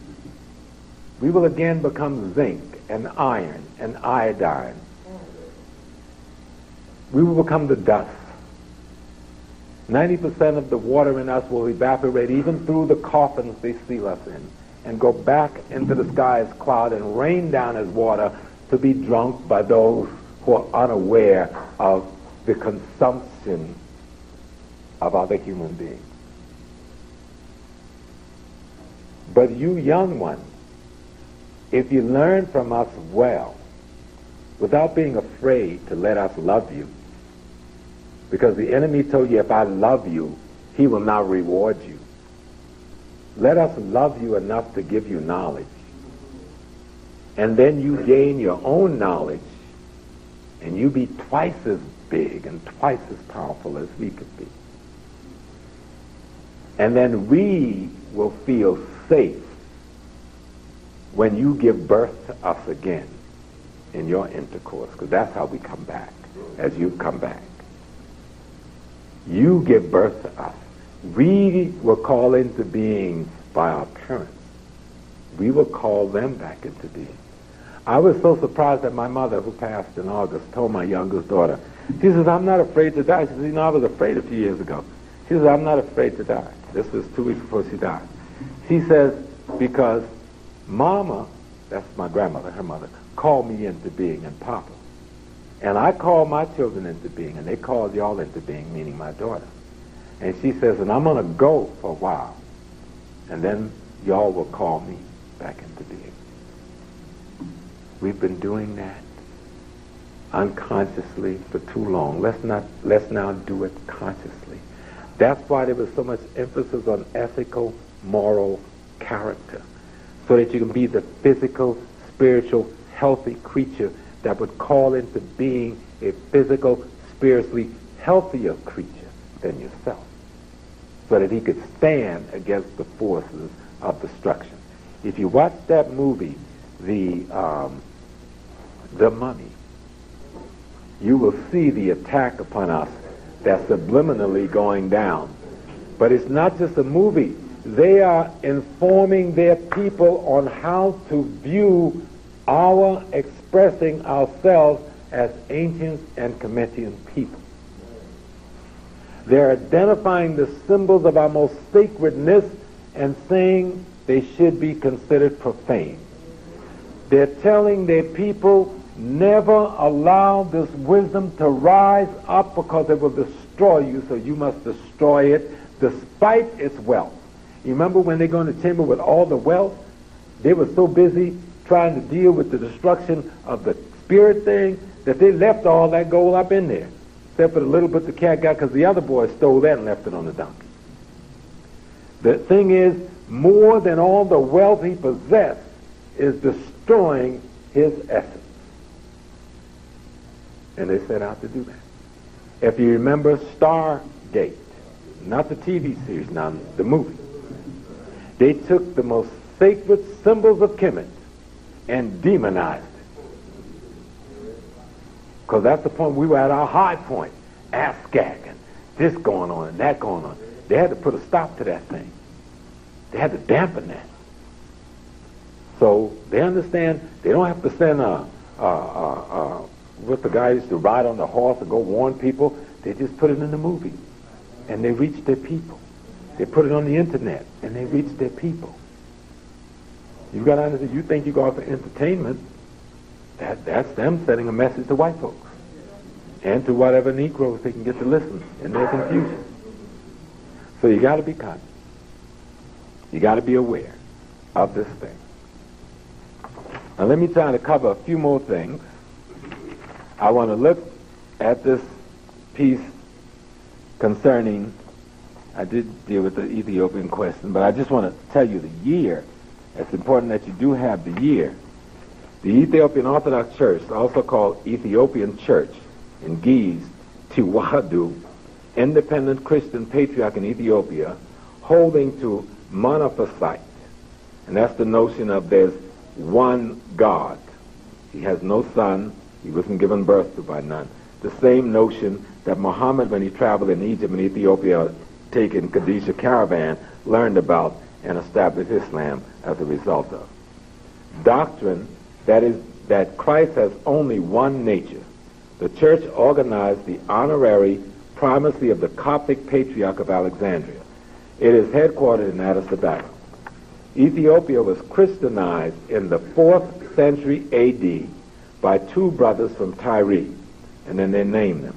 What had happened, this guy was going on down the Red Sea and his ship wrecked, but his two children, two princes, survived. One of them got very close with the prince of Ethiopia because they could read and write. The king of Ethiopia used the enemy to teach his son. So when his son became king, he became a Christian. That's always the way they get it. You know, we send our children out to our enemy every morning. But what do you think we're going to get back home with the enemy? You know, unless you set up something else, Saturday school, after school, to put your values there and teach them to challenge what they're getting, even though the tooling and the training we're getting from the enemy is necessary and useful. The education must come from the family on how to use the tools and the training. And that's why Saturday schools and after schools is absolutely essential for us in our involvement in PTAs and school boards to make sure of the integrity of our children's institutions. And so I'm going to do a little bit on Judaism, because this is important, because these are some real demons. See, we say white people, but white Americans are controlled spiritually by Jewish Americans. And the way they keep spiritual dominance over white Americans, because the economic system that the Jewish Americans set up controls the American system of economics. You understand? And so it gets real deep. But I'm not going to get too much into their political thing. But I just want to look at their thing a little bit, just for history's sake. So outlining, looking at Judaism, the holy book is called the Torah, the book of Moses, the Old Testament. And you can read Dr. Ben's outline of the three major Western religions. Abraham, the father of Judaism, was told by God, according to them, to move his family from Ur in the present-day Iraq to Canaan, or present-day Palestine, or northeast Africa, is what this place really was and is. The reason to become the father of a nation who would believe in and worship one God who is called Jehovah or Yahweh. Famine in the land soon drive Abraham into Kemet, the land of Egypt, according to them in 1670, and according to Dr. Ben. Now, this becomes important because here they're telling us that they are the people of monotheism. And they like to tell you as you read books and watch the television how Jews create monotheism. Then why are you being sent from your monotheism land to a polytheism land for safety in monotheism? Does that make sense? Why would I send you down to Africa if they ain't down with monotheism to be safe from Iraq, who's supposed to be down with monotheism? Ain't that something? Now Abraham come on down to Africa with his lying, two-faced, good-for-nothing self. First thing he does, Pharaoh look at his wife staring and say, boy, you sure enough, you sure got a fine woman here. You know our brothers was, even when they were pharaohs, we were still jiving. First thing he do is lie and say, oh boss, this ain't my wife, this is my sister. Pharaoh said, man, oh man, here you have anything you want. So come on, baby, go with me. Go with the ferry. Hang on up in the palace. Pharaoh get the woman in his bedroom, thinking, not that he's violating anybody, he's making himself another wife because he was allowed to have many wives. Angel stepped out and said, yo, bro, the woman married. That's a violation of the principle by which you live. Pharaoh jumps too. Sends for Abraham. Said, man, what's wrong with you? How you going to jam me up with God like that? By lying. But they tell you Pharaoh is the evil one and Abraham the good one. Abraham lied. Pharaoh didn't violate the woman when he realized this was a wife and not a sister. He not only bring the woman back to her husband, he gave them wealth untold and some land to live on. But they tell you Pharaoh the evil one and Abraham the good one. That's deep. Your consciousness don't even pick it up because you believe so in the teacher, because the teacher has cast himself in the image of the God that you don't question obvious stuff that comes forward. Obvious stuff. They run deeper than that. Take this piece. This will give you some definition. Adam is a symbol of the, this is just a metaphorical stuff. They say Adam is a symbol of the lower mind, energized from the desire plane, but receptive of impressions from the higher nature. This is a fallen Adam. The Kabbalah describes 4 Adams, the 2 highest of which are celestial and spiritual. The third Adam is the terrestrial Adam, made up of dust and placed in the Garden of Eden. Now they claim with all of these levels of understanding while running to you that there's a man named Adam, when the word Adam itself in their language means earth or soil. The Hebrew word Adam, which connotes more directly red, Hence Adam, the ground or earth, Genesis 5th, 2nd. They even say it. So you got to study that literature, not just let some preacher tell you and then you believe what he's saying. He made my mama change her name by lying about Mary Magdalene being a whore and a harlot. You cannot find one reference in their Bible where Magdalena is called a whore or a harlot. Not one reference. The reason preachers from their secret societies was told to defame Mary Magdalene because she was the wife of their so-called Christ. And if you read the book, it'll tell you that. Now, any of you sisters here, as fine as y'all is sitting up here in front, with no disrespect, if you're a day or so older than me, y'all still fine. If I got to anointing y'all and carrying on, your husband ain't going to like it at all. But yet Magdalena was anointing a man with oil. You know how much some olive oil cost back then? Olive oil was like gold. So if that sister was anointing, that was her man. That was a notion of affection that's equal to me kissing and embracing you today. But it goes deeper. When they had that wedding feast, remember they had the wedding feast? According to Hebrew culture, only the groom could bring the wine to the wedding. Who turned the water to wine? It doesn't matter what metaphor they used for him to bring that wine, Jesus brought the wine. In Hebrew tradition, the family of the groom served the wedding party. Read the literature. Mary, Jesus' brother James, who was older than him, by the way, and his sister Sarah was serving the wedding party. But y'all don't read the literature. Y'all just listen to the preacher. Read the literature. Both of those things tell you that the only person there that could have been the groom was Jesus. And remember the wedding was held up for a couple of days because who wasn't there? Jesus. Well, you can't have a wedding without a groom. It gets deep.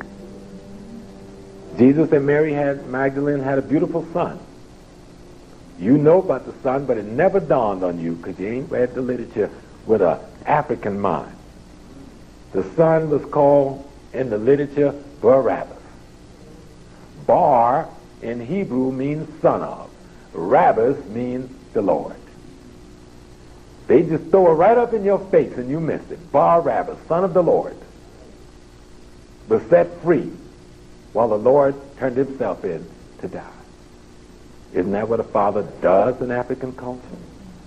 Isn't the next generation entitled to more opportunity than the older generation? So if one's got to be sacrificed, the older generation will sacrifice themselves for the youth. But he didn't die since Jesus was a juju man. I remember I did a lecture in London, and they chased me all over England. And the lecture series was called Jesus, Obeah Man. Man, they had me sleeping on people's living room floor and hiding by night and hiding by day, moving by night. You know? Jesus Christ, the Obeah Man. When they saw that fly, everybody, the white folks were looking for me and black folks. But Jesus was an Obeah Man. All African priests, all Egyptian priests had to learn the fundamentals of science, psychology, and medicine. Jesus was trained in Egypt. What we know of Jesus when he's a little boy and Herod wanted to kill him, according to their tradition, God says, take my man on down to Africa, to Egypt. Every time they got in trouble, their God sent them to Africa. Now, we ain't peeped that, right? Abraham gets in problem, God sent him to Africa. Isaac or Joseph get in trouble, God sent him to Africa, make him rich. Jacob and Esau and all of them, the rest of them get in trouble, God sent him down there to join Joseph, make them rich. They needed a prophet, God went down to Africa and got Moses.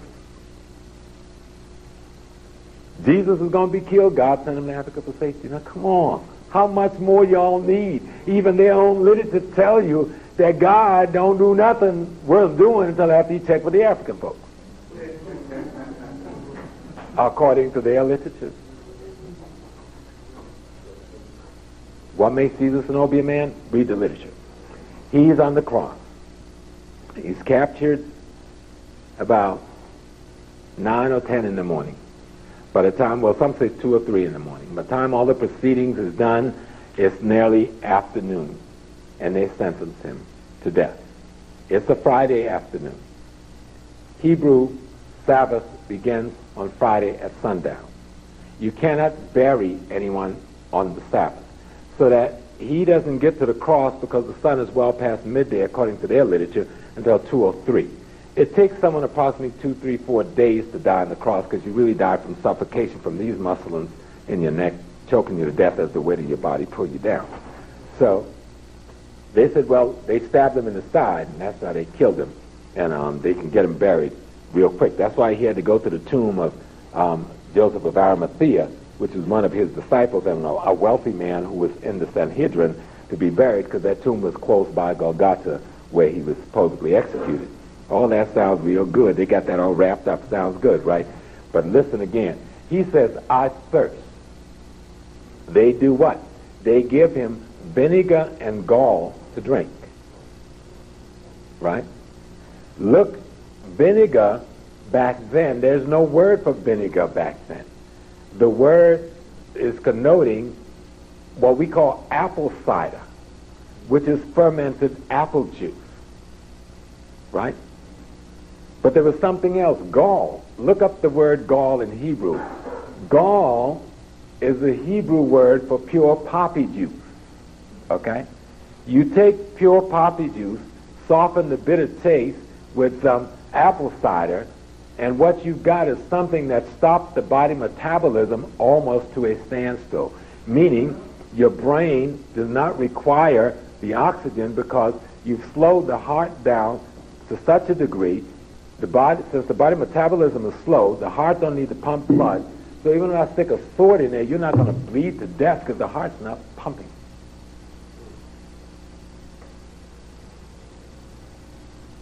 So the brother, being a juju man, he said, yo, I can get up and fake my death. Let my son go. I know how to get out of this.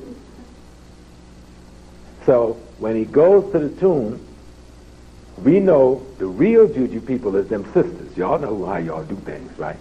That's why the brothers, they all went to the tavern having a little wine. But did the women leave that tomb? No. They were the ones that came and told the brother that he lived. And when Thomas them caught up with him, he wasn't no spirit. He told him, if you don't believe it's me, stick your finger in the hole. It's flesh he's referencing.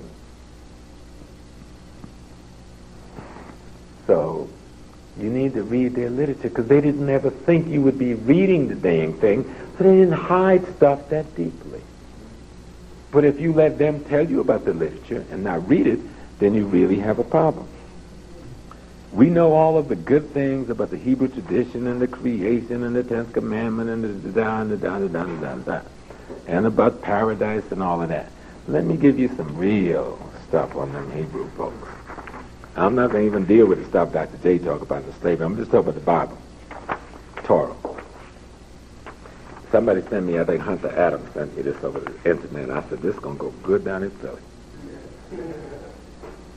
If we follow our Bible to the letter, we'd be no better than the Taliban.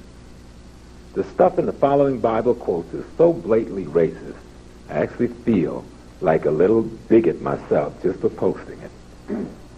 Here's a Bible verse that says, God told the Jews it is okay to keep non-Jews as slaves. Deuteronomy 20th, 10th to the 16th. Moses tells his people to slaughter all slots, just like the Taliban does, innocent men and male children, and to use virgin girls as Jewish sex slaves. Numbers 31st, 7th, 18th. The Israelites war against Midian as the Lord commanded Moses, and slew every male, and the people of Israel took captive the women of Midian and their little ones, and they took as booty all their cattle, their flocks, and all their goods, all the cities in the place where they dwelt, and all the encampments they burned with the fire, and took all the spoils and all the booty, both of men and of beasts. Moses said to them, have you let all the women live? Now therefore kill every male among the little ones, and kill every woman who has known man by lying with him, but all the young girls you have not known by man by lying with him, keep alive for yourself. That's your Bible, folks. Y'all didn't read it. It gets worse. The Bible says Jews shouldn't harm each other, but it's okay to beat the crap out of non-Jews for money. It's real bad. Deuteronomy 15, 2nd and 3rd. I'm giving you the verses so you can go check stuff out. Right? He, the Jew, should not press his fellow Jew for payment. The foreigner or the Gentile, you may press him for payment. And here the Bible says it's okay for Jews to rip off non-Jews. Deuteronomy 23rd, 19, 20th. You must not make your brother pay interest. Interest on money, interest on food, interest on anything on which one may claim interest. You may make a foreigner pay interest, but your brother or fellow Jew you must not make pay interest. Here's a quote that says it's okay for Jews to suck non-Jews dry. Isaiah 60:16. You shall suck the milk of nations, you shall suck the breast of kings, and you shall know that I, the Lord, am your Savior and your Redeemer, the mighty one of Jacob. He's a particularly racist passage in which, here's a particular passage in which it is clearly said that non-Jews should be killed. Isaiah 60:10-12. Foreigners shall rebuild your walls, and their kings shall minister to you. Your gates shall be open continuously. Day and night they shall not be shut, that men may bring to you the wealth of the nations, with their kings led in procession. For the nation or kingdom that will not serve you shall perish. Those nations shall be utterly laid waste. And here's a quote where God supposedly tells the Jews to abuse non-Jews as laborers. And strangers shall stand and feed your flock. Strangers shall be your plowmen and veneers, but you shall be called the priests of the Lord. Men shall speak of you as the ministers of our God. You shall eat the wealth of the nations, and in their riches you shall glory. And while we are having so much fun with ancient scripture, why not throw in a quote from the Jewish Talmud, the Jewish Bible, in which it says, Jews shall lie about all this and deny that their Bible contains racist material against non-Jews. In the Salut Utzbut, the book of Jori Dai 17, a Jew should and must make a false oath when the Goyim, that's a non-Jew, asks if our books contain anything against them.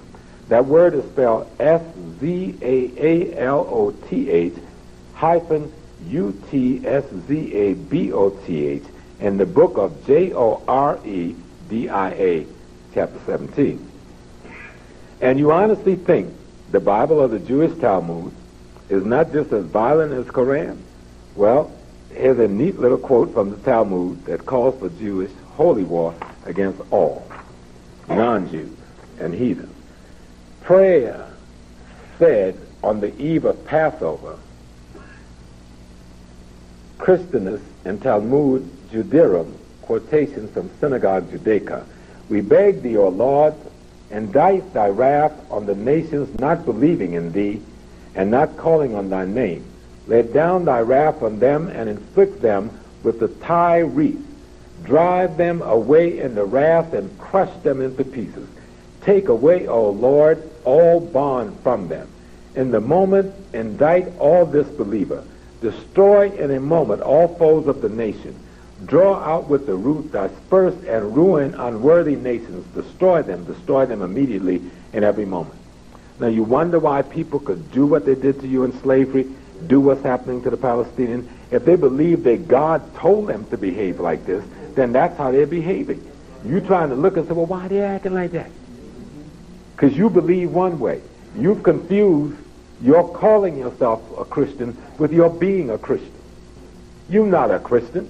You just call yourself that. It was a safe label. You're an African. Even when you read Christian doctrine, you're still going to try to do it in an African way. But see, he's seeing something else. I'm going to just read two more. And according to the Talmud, and non-Jews who tries to share the Jewish wealth should be killed. If it can be proven that someone has given the money of Israelites to the Goyim, a way must be found after prudent consideration to wipe him off the face of the earth. That's in Shosheshim Ham 388 15. Choshen, Choschenhamm. So you need to understand that people have as a theocratic belief the right to destroy you from the face of this earth. So when you see them acting like they do, it ain't just that somebody got some bad character. This is their belief. This is how they live.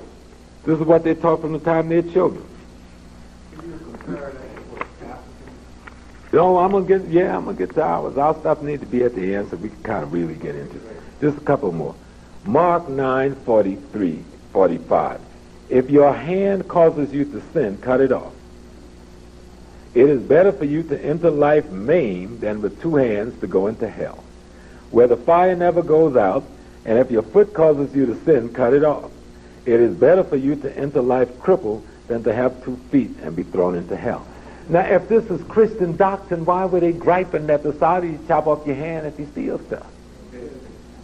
Y'all better listen, because see, y'all ain't really understanding, because a Muslim, and most Muslims are ignorant and backwards and don't know that the Quran, this book, is made up of the Old Testament, the New Testament, and the last revelations to Prophet Muhammad. Everything the Jews believe in, the Muslim believe in. Everything the Christian believe in, the Muslim believe in. The only gripe they got with the Christian, they said, Jesus ain't the Son of God, he's the prophet. But everything else, they're down with it. And then they got their own stuff up in here called the last revelation. Y'all understand me? So you think you got a buddy running to the Muslims, yo, it's the same family. Okay? There's a book written by some brothers, it's hard to get. It's called Egyptian Sacred Science in Al-Islam. And it's written by a brother named Rafiq Bilal and Thomas Goodwood. I think Brother Thomas passed away a couple of years ago. These brothers is deep, because in this book, Egyptian Sacred Science in Al-Islam, they really get off into trying to show you some stuff. I'm going to just take one piece and leave the rest of the book. There's a surah in there called the Surah to Asa, and that's the way they say it in Arabic. But it's spelled the same way Asar, Osiris, is spelled. In Surah to Asa, it is a very short surah, and it's about time. What most people don't understand, the story of Isis, Osiris, and Horus and Seth is about time. It is a metaphorical take using anthropomorphic symbols by Africans on how we invented time to measure our expansion of energy in order to produce substance for ourselves, and how we were able to predict phenomena and conditions by knowing the repetitions of when something would occur. So that involved both calendar creation and clock creation, but the fundamental basis of that whole creation is the story of Isis, Horus, Osiris, and Seth.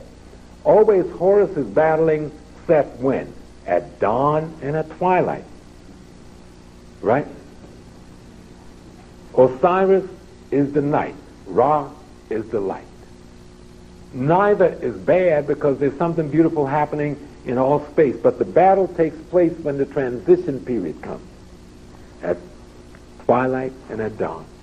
If you begin to study as it's up, you can cut your locks if you wish, or you continue to wear them. The same thing in Botswana and South Africa. You, to be a priest or priestess, you lock your hair.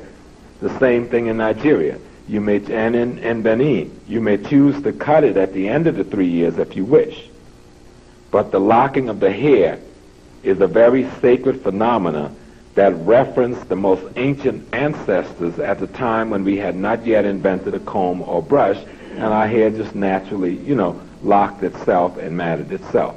So that is what that reference back to, that sacred period in time. And so this is 1843 BC, and this is Brother Amen Ament. Is there any doubt whether this pharaoh is an African with locks?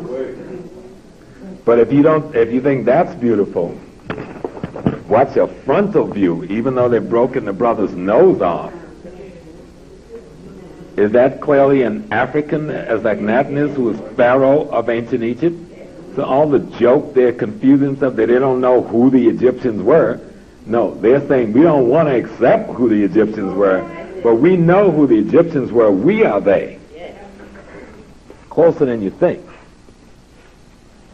Again, this is the Pharaoh.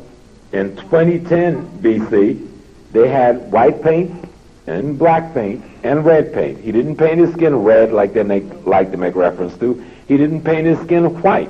He painted his skin black, his garments white, and his crown red.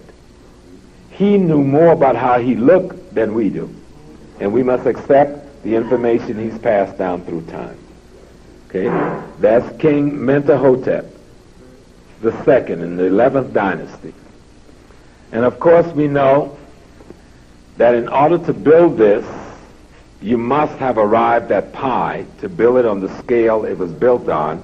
And if you read the papyrus that they now call the Musk or the Rhine Mathematic Papyrus, you'll see that they had already arrived at pi by the time they built this as a mathematical formula. In the Rhine Mathematic Papyrus, the original of which has been stolen and sits in the British Museum, and you can go and see it, they had already put together the formula that we call the Pythagorean theorem.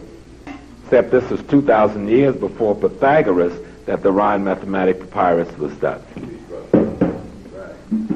We know that this is called in Washington the Washington Masonic Monument. But we know that this is an African monument that's dedicated to the manhood, to fatherhood, and in our mythology, it is said that the woman used this to symbolize fatherhood, because in the story, the metaphor of Osiris, they cut off his penis, and the catfish ate it. So instead of having 14 pieces, there was only 13 pieces. So the number 13 don't come from them in Good Friday. The number 13 came from this time, when it was connoted by us as being good luck, they connoted as being bad luck. But to restore the regenerative process of the male in the continuity of the race, the women created a penis that could not be destroyed for perpetuity, emanating out of the earth itself, the tekenu, which represent fatherhood, and that's why it's the symbol of George Washington, the father of this nation. They know what they were doing. And then there's the Great Pillar Temple. This is older than the Parthenon. This is older than anything when Greece and Rome was still living in straw huts when this was built. So when you look at the Great Pillar Temples in Philadelphia and Washington and government buildings, you're not looking at Greco-Roman architecture. You're looking at African architecture. The Great Pillar Temples of the Nile Valley proceed by hundreds and hundreds and not thousands of years any pillar temple in Rome or Greece. And to go again into our great Nile Valley civilization, taken from a little reading from the book of the Coming Forth by, no, I'm not going to do that one, but looking at the Hosea, the book of Ptah-hotep, because it makes the point of God real clear. Now, the book of Ptah-hotep is considered to be the oldest textbook in the world, older than any of the other literature as an instrument of instruction. So you're talking about thousands of years before the Bible and the Torah and the Quran, who say they're the monotheists, right? Now listen to this. Be not arrogant because of your knowledge. Take counsel with the ignorant as well as with the wise. For the limits of knowledge in any field have never been set, and no one has ever reached them. Wisdom is rarer than emeralds, and yet it is found among the women who gather at the grindstone. If you are a leader and command many, strive for excellence in all you do so that no fault can be found in your character. For ma'at, the way of truth, justice, and righteousness is great. Its value is lasting and has remained unequal and unchanged since the time of its creator. It lies as a plain path before even the ignorant, and those who violate its laws are punished.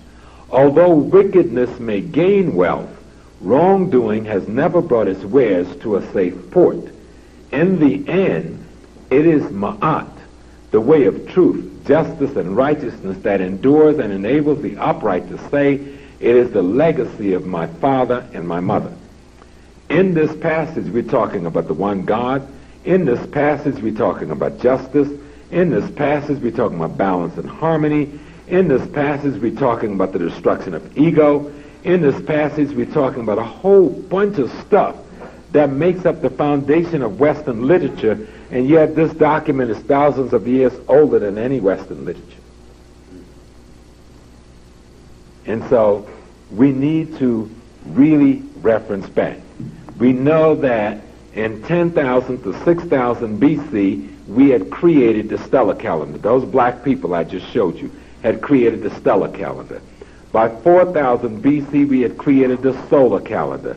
By 3,760, we had written our first creation story in the pyramid text. By 3,100 to 4,100, we had begun a dynastic period under the Nubian name Aha, or Narma, or Menes. And what we know as modern Egypt came into being. And so it is important that we reference back. The netters, which are the qualities and attributes of God as advanced by the ancient Kemetan people. Men equals lightning. Hathor, which is the head of the cow, represent motherhood. Neth, who represent arrows, is the hunter, or that one which can pursue and track the character of the human being by the actions you leave behind.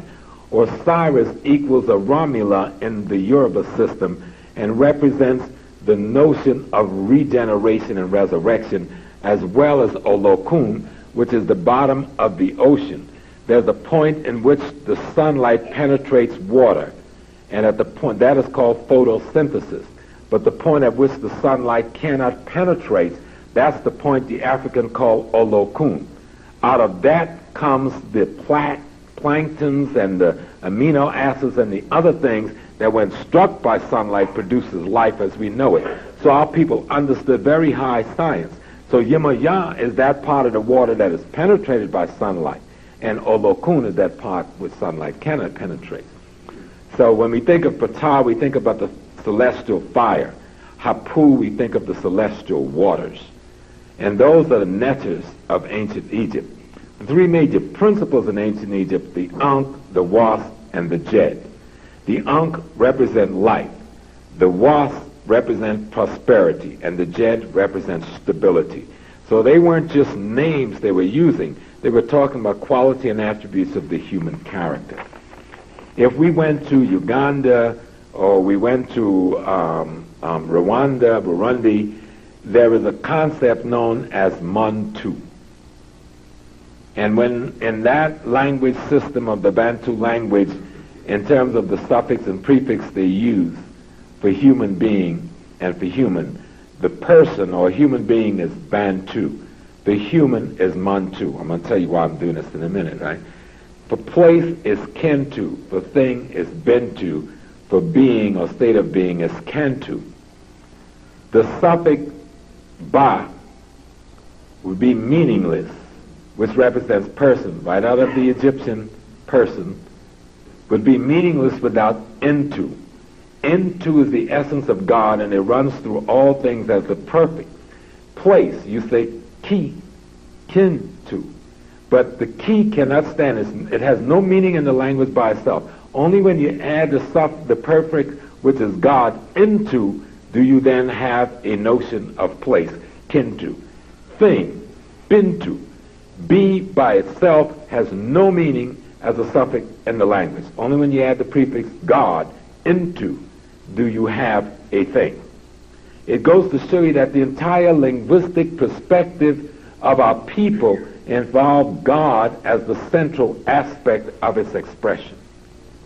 And being, Kantu, Ka. The Ka being from Egypt, we're talking about Rwanda now. The Ba, the spirit from Egypt, we're in Rwanda. When you add into, you get person and you get being. So the Meduneta is not something that some other folks had up in Egypt. This is something the people from the southern part in Central Africa took to the Nile Valley. Because the river don't run from the north to the south, the river runs from the south to the north. And before you had the technology to navigate against current, people flowed with the current to populate the areas they went into. And so we come into my beloved Ifa, Ifa Orisha. Some people refer to it as Budun. Budun is an African word, and the word Budun literally connotes the God.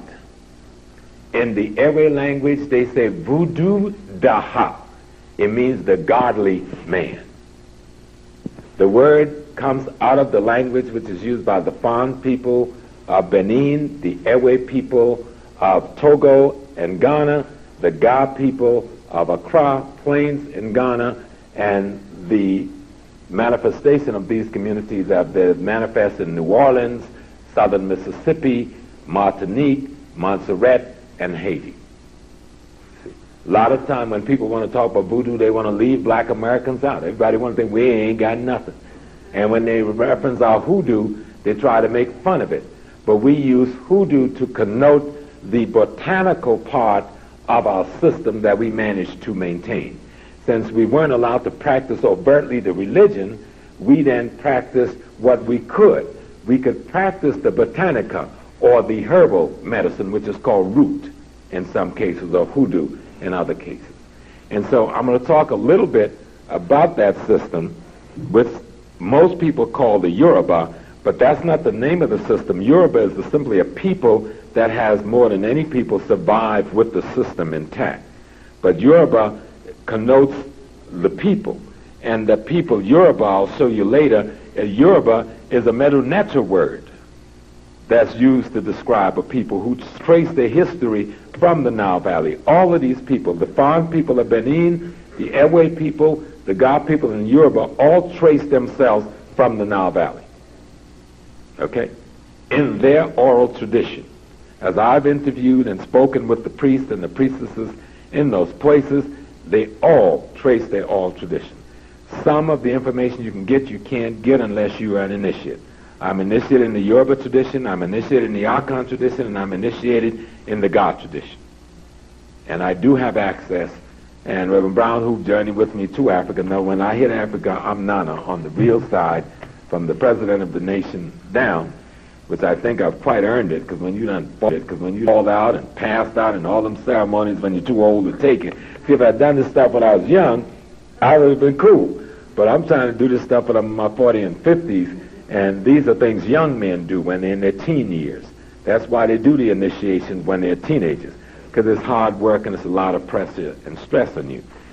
But the Fan of Benin called these voodoo. The Ifa Orisha, or Yoruba belief, as we like to refer to it. And I want to just tell you what the Yoruba believes. We believe there's one supreme God. We believe there's no devil. Except for the day you were born and the day you are supposed to die, there's not a single event in one's life that cannot be forecast and, if necessary, changed. We believe your spirit lives on after death and can reincarnate through blood relatives.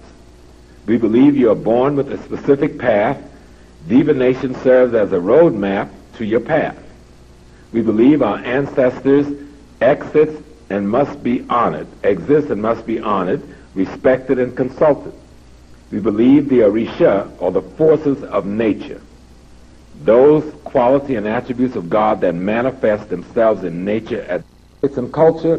You must be instructed and informed by your ancestors, and that means you must be into this tradition that I'm talking about. And in the end, we must make sure that we talk about the building blocks for the race.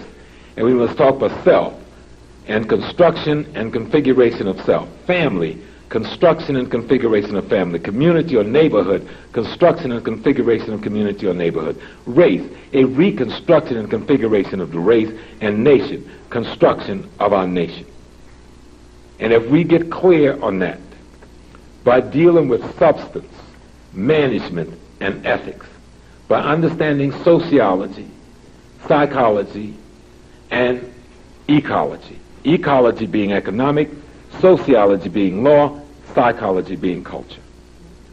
And using Ifa Orisha to bond us together with a methodology and with rules and regulations that help us to navigate through all these things, we will soon find that our generations will know freedom.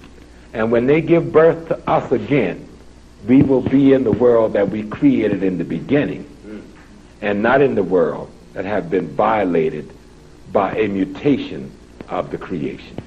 I'm tired now. I have to thank you very much.